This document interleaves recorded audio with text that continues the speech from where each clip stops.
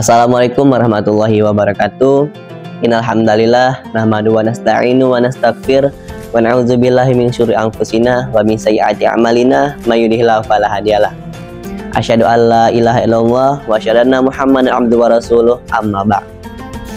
Pertama-tama mari kita panjatkan puja dan puji syukur kita atas kehadiran Allah Subhanahu wa taala yang telah memberikan kita rahmat dan hidayahnya yang kita dapat berkumpul di Ramadan yang penuh berkah ini. Salawat bertasalam malah kita haturkan pada junjungan kita Nabi besar Nabi Muhammad SAW beserta para keluarga dan para sahabat. Teman-teman yang disayangi oleh Allah Subhanahu wa taala, tidak terasa kita telah berada di fase penghujung Ramadan yang penuh berkah ini. Di saat-saat yang mulia ini, mari kita memanfaatkan setiap detik yang mulia ini. Mari kita mempersiapkan diri kita menyambut Idul Fitri dengan hati yang bersih dan fitri. Di sini saya akan menyampaikan beberapa cara untuk kita mempersiapkan semuanya. Yang pertama, musahabah akhir Ramadan. Ramadan adalah madrasah rohani, tempat kita menempa diri menjadi pribadi yang lebih baik. Di penghujung Ramadan ini, mari kita lakukan musahabah, evaluasi atas segala perbuatan dan tindakan yang kita lakukan selama ini. Mari kita perbaiki segala kekurangan dan meningkatkan ibadah kita di waktu yang sedikit ini. Selanjutnya, memurnikan akhlak. Akhlak mulia adalah cerminan keimanan yang kokoh. Di penghujung Ramadan ini, mari kita fokus untuk memurnikan akhlak kita, baik kepada Allah Subhanahu wa taala maupun kepada sesama teman. Jauhi segala bentuk perbuatan tercela seperti perbuatan ghibah, fitnah maupun domba dan perbuatan tercela lainnya. Mari kita perbanyak perbuatan kebaikan seperti bersedekah, membantu sesama, dan bersilaturahmi kepada tetangga. Selanjutnya, menyambut Idul Fitri dengan hati yang bersih.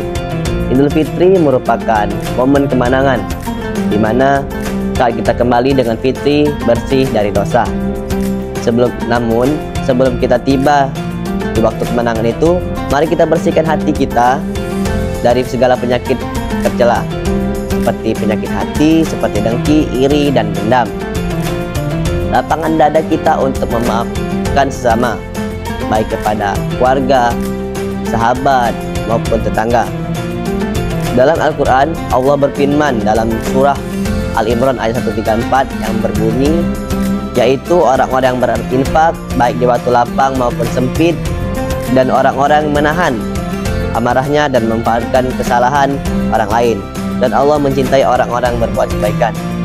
Dengan hati yang bersih, kita menyambut Idul Fitri dengan penuh sukacita dan kebahagiaan. Selanjutnya, persiapan meminta maaf.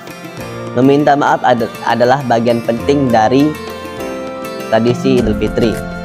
Namun, meminta maaf tidak hanya sekadar ucapan, tapi juga harus disertai dengan ketulusan hati. Mari kita mempersiapkan cara untuk meminta maaf dengan cara yang baik dan penuh ketulusan hati. Akui kesalahan kita, jangan mencari pembenaran, dan berjanji tidak akan mengulangi hal tersebut. Rasulullah SAW bersabda, barang siapa yang meminta maaf kepada saudaranya, lalu saudaranya itu tidak memaafkannya, maka ia tidak akan mendatangiku di Telaga Kausar. Hadis riwayat Ibnu Majah. Teman-teman yang disayangi oleh Allah Subhanahu wa taala, mari kita jadikan penghujung Ramadan ini sebagai momentum untuk kita meningkatkan kualitas diri dan memurnikan akhlak. Semoga Allah Subhanahu wa taala menerima segala amal dan ibadah kita dan menjadikan kita golongan-golongan orang yang bertakwa. Semoga kita semua dapat bertemu dengan hari Idul Fitri dengan hati yang bersih dan penuh kemenangan. Saya Heri, wassalamualaikum warahmatullahi wabarakatuh.